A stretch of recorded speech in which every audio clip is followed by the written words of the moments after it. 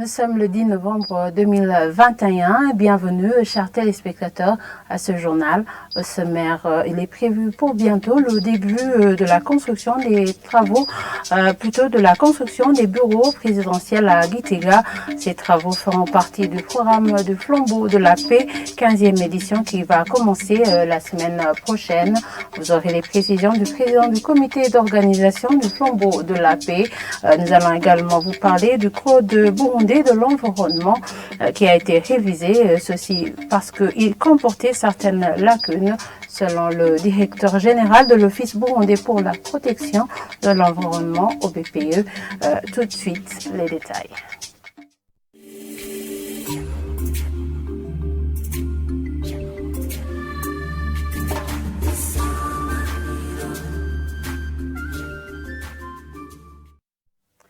Encore une fois, bienvenue, chers téléspectateurs. Les travaux de construction du bureau présidentiel vont bientôt débuter à Gitega, la capitale politique.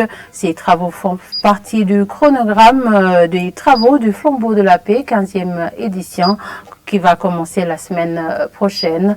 Annonce faite ce mercredi par le président du comité d'organisation du Flambeau de la Paix agricole, Nira Meba, a précisé que ces activités sont clôturées par l'inauguration de certaines infrastructures publiques, dont celle du marché de Kamenge. Suivez-le. Flambeau de la Paix, 15e édition 2021. Le président de la République, Son Excellence Evariste Ndayishimiye, lancera officiellement à Gitega, la capitale politique, le Flambeau de la Paix, 15e édition, l'an 2021, qui aura lieu mercredi prochain, en date du 17 novembre 2021, et se clôturera le samedi 27 novembre 2021 à Bujumbura, la capitale économique. Le thème principal de cette édition est libéré comme suit. Tous ensemble, luttons contre la pauvreté et œuvrons pour un Burundi développé durablement. Le lancement officiel connaîtra pas mal d'activités de développement d'intérêt communautaire, mais aussi trois principales activités essentielles telles que le lancement du projet de construction du bureau présidentiel à Gitega, l'inauguration de la pédiatrie à l'hôpital de Kibuye, et une veillée culturelle au stade Ingoma à 18h. Au cours de cette caravane, il est prévu divers travaux de développement d'intérêt communautaire, une journée spéciale de jeux à caractère olympique au stade Nkurunziza Peace Park Stadium en province de Makamba le dimanche 21 novembre 2021. Entre-temps, du 23 au 26 novembre 2021, il y aura une foire exposition des produits et services nationaux baptisée Made in Burundi et une exposition des jeunes burundais talentueux en entrepreneuriat et innovation sous le sous-thème intitulé Jeunesse prête pour la promotion de la paix, jeunesse prête pour le développement, et ceci aura lieu à mairie de Bujumbura, à la chaussée de l'Indépendance, en commune Mukaza. Enfin, la clôture du Flambeau de la Paix, 15e édition, est prévue en date du 27 novembre 2021 et sera marquée par l'inauguration du marché réhabilité de Kamenge en commune Nahangwa, l'inauguration de l'hôpital Tanganyika Keya Polyclinique, l'école fondamentale Kanyosha 2 en commune de Muha, ainsi que d'autres diverses activités du ministère de la Santé publique et de la lutte contre le sida. Et pour terminer en beauté, une veillée culturelle marquant la fin de la 15e édition est prévue à la mairie de Bujumbura. Et vous saurez que les activités liées au Flambeau de la Paix ont commencé au Burundi en l'an 2006 et continuons ce journal par cette page de l'environnement. Le Code burundais de l'environnement a été révisé pour s'adapter aux changements en matière de protection de l'environnement. Au propos du directeur général de l'Office burundais pour la protection de l'environnement au BPE qui précise que l'ancien code était lacunaire. Suivez Berkimas Hatungimana. Le code de l'environnement qui vient d'être révisé date donc de 2000. Vous savez, donc après 20 ans d'existence, il y a eu beaucoup de changements en matière de protection de l'environnement. Vous avez vu, mais aussi il y a donc des phénomènes qui jadis n'étaient pas observés, mais qui pour le moment sont observés. C'est la raison pour laquelle on a songé donc à réviser donc le code de l'environnement qui venait de passer donc 20 ans d'existence. Et parmi les lacunes qui ont été observées pour le premier code, il y a d'abord donc il y avait les principes modernes de base régissant la gestion de l'environnement qui faisaient des principes de prévention, principes de précaution, principes de pollueur-payeur, principe dit pollueur payer, comme je venais de le dire, le principe du développement durable ainsi que le principe de subsidiarité. La place de l'administration provinciale, communale, territoriale, ainsi que la société civile donc n'était pas bien mentionnée. Il y avait aussi donc les dispositions en rapport avec les procédures d'études d'impact environnemental et social et qui ne s'accommodent pas avec les pratiques mondiales actuelles. Il y avait aussi l'absence des dispositions en rapport avec la prévention, la réparation de certains dommages causés par l'environnement. Il y avait aussi donc absence de dispositions en rapport avec la lutte contre les changements climatiques, la prévention des risques et catastrophes naturelles, comme vous l'avez remarqué, ce qui s'est passé à Katunguru, à Nyaruongo, ainsi que très récemment à Gatumba.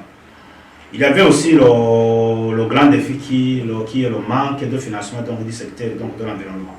Ce sont donc toutes ces dispositions qui ont fait que l'ancienne code soit revue pour qu'il puisse s'accommoder avec la situation actuelle du pays ainsi que la situation actuelle du monde entier. Pour le nouveau code, on a bien mentionné donc les mécanismes de financement du secteur de l'environnement. Il y a des financements que le gouvernement, l'État mettent donc à la disposition de la politique de l'environnement. Aussi, les partenaires techniques et financiers qui œuvrent dans le domaine de l'environnement, donc ils vont mettre donc les contributions.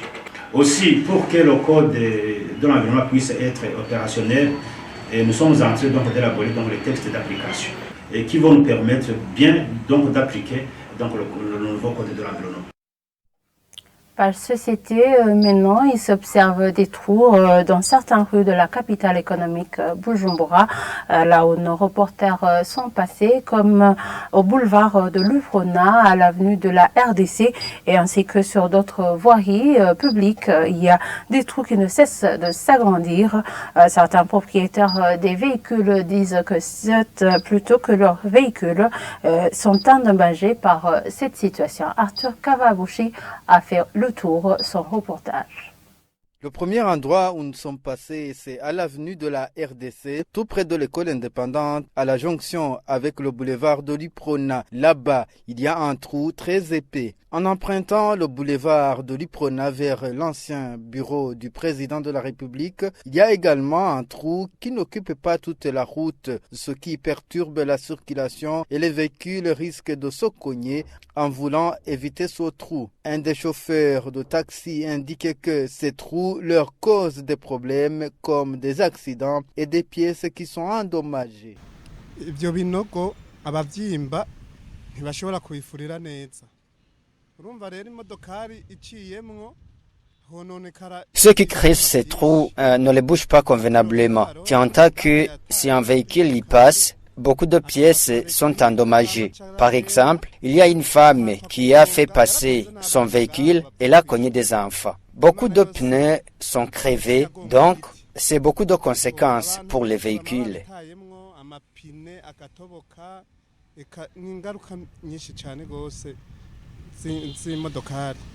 Dans la ville de Bujumbura, les rues qui contiennent ces trous sont visibles également à l'avenue Muyinga, tout près de l'église des témoins de Jéhovah, à la jonction avec le boulevard de l'Uprona. Là-bas, il y a un trou qui s'agrandit progressivement et même les véhicules qui y passent doivent ralentir. Un autre endroit où nous sommes passés, c'est à la chaussée du Prince-Louis Guagasore, tout près de l'INSS, où il y a un trou qui s'étale sur toute la route. Ce conducteur de véhicule demande au gouvernement de boucher ces trous après de probables travaux. Nous demandons au gouvernement qu'après de probables travaux, que ces trous soient bien bouchés. Nous n'avons pas encore eu la réaction du directeur général de l'agence routière du Burundi. Plus de 40 sacs de ciment et 68 litres de carburant ont été saisis dans l'après-midi de ce mercredi à Gitega. Cette fraude a été saisie tout près du marché central de Gitega. Fidèle d'Antoine Sabimana pour les détails. Ce ciment et le carburant ont été saisis en dessous du marché central de Gitega. Le sac de ciment Bousseko était frauduleusement vendu à 40 000 francs bout au lieu de 24 500 fixés par le ministère du Commerce. Serge Saboukounze, conseiller du gouverneur chargé des questions économiques, dit que les produits saisis seront mis à la disposition du comité provincial de sécurité et régulation des prix. On vient de saisir 48 sacs de ciment de Bousseko qui étaient en train d'être vendus à une somme de 40 000 francs comme le témoigne la population acheteur. Et puis aussi, nous avons pu saisir 60 litres de carburant de mazout qui étaient cachés dans ce dépôt. Ces produits qui viennent d'être saisis seront utilisés, surtout le ciment, dans les travaux de développement communautaire, dans la construction des écoles, construction des hôpitaux. Et puis, le carburant sera mis à la disposition du comité provincial de sécurité qui va l'utiliser dans différentes interventions. C'est lui qui a été surpris avec le ciment frauduleux. Il a été infligé d'une amende d'1 million de francs bout et celui qui a été saisi avec le carburant a été infligé d'une amende de 500 000 francs bout. Serge Saboukounze déplore que ces produits comme le ciment et le carburant étaient cachés dans des stocks contenant des produits alimentaires comme le riz et le haricot, ce qui peut causer des conséquences néfastes à la santé des consommateurs. C'est dommage de trouver le carburant, le ciment mélangé avec les produits vivriers. Vraiment, c'est dommage. Et nous allons saisir le secteur de la santé pour qu'il puisse nous aider, pour que nous puissions conjuguer des efforts, pour que nous puissions éradiquer ce genre de comportement qui peut nuire à la bonne santé de la population. Yendakumana Patrice, représentant des commerçants de la province de Gitega, demande aux commerçants fraudeurs de rompre avec cette habitude. Il demande à tous les commerçants de ne pas se mettre dans les risques et de répondre à des réunions régulièrement organisées par l'organisation des commerçants pour la sensibilisation sur l'utilité d'être à jour avec les taxes de l'État. Et en international, la Pologne a annoncé ce mercredi avoir lancé un coup de filet contre les migrants massés à la frontière avec le Bélarus en interpellant plus d'une cinquantaine alors que les tentatives de traversée augmentent. Elle accuse Minsk et Moscou d'organiser une crise aux portes de l'Europe. Images et commentaires. L'Union européenne s'apprête à imposer de nouvelles sanctions ciblées au Bélarus. La prise de décision se fera lundi lors d'une réunion des ministres des Affaires étrangères. Bruxelles reproche au président bélarus Alexandre Loukachenko d'instrumentaliser les migrants en les massant à sa frontière avec la Pologne pour déstabiliser l'UE. Charles Michel doit se rendre ce jour à Varsovie pour discuter de cette crise aux frontières. Nous sommes confrontés à une attaque hybride brutale à nos frontières européennes. Nous avons ouvert le débat sur le financement par l'UE d'infrastructures physico-frontières et il doit être réglé rapidement car les frontières polonaises et baltes sont des frontières européennes. Un pour tous et tous pour un. L'UE accuse Minsk, allié de Moscou, de délivrer des visas dans plusieurs pays et d'organiser des vols pour faciliter le transit de migrants vers le Bélarus, puis vers l'Union européenne, et ce depuis juin. Les migrants se retrouvent bloqués aux frontières de la Lituanie, de la Lettonie et de la Pologne, pris au piège. C'est ainsi qu'Alexandre Loukachenko se vengerait des sanctions européennes imposées pour la répression de l'opposition dans son pays. Bruxelles a annoncé une intervention auprès de 13 pays pour qu'ils empêchent leurs ressortissants de s'embarquer pour le Bélarus. Des sanctions sont aussi envisagées contre les compagnies aériennes impliquées. La nuit dernière, tous les migrants qui ont tenté de passer en Pologne ont été arrêtés par les militaires déployés aux frontières. Et voilà, c'est ici que nous clôturons ce journal. Merci de nous avoir suivis et très bonne suite de programmes sur la télévision Isanganiro.